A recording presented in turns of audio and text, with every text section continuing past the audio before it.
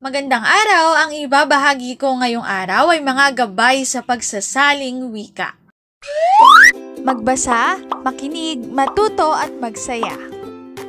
Ako si Binibining Menya. Handa na ba kayo? Tara na, umpisa na nating isa-isahin at pirapirasuhin ang mga detalyeng nakapaloob dito. Katulad ng binanggit ko kanina, ang ibabahagi ko ngayong araw ay mga gabay sa pagsasaling wika. Una, isagawa ang unang pagsasalin, isaisip na ang isasalin ay diwa ng isasalin at hindi salita. Kalawa, basahin at suriing mabuti ang pagkakasalin. Tandaang ang pagdaragdag, pagbabawas, pagpapalit o pagbabago sa orihinal na diwa ng isinasalin nang walang napakalaking dahilan ay isang paglabag sa tungkulin ng tagapagsalin.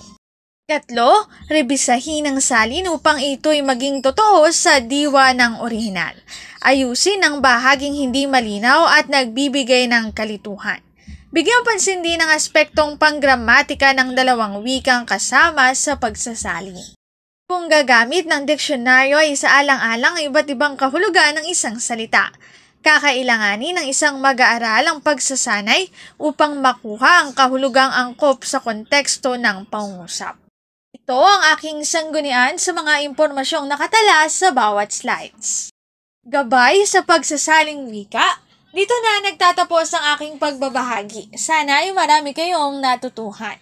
Muli, magbasa, makinig, matuto at magsaya. Ako si Binibining Menya. Paalam!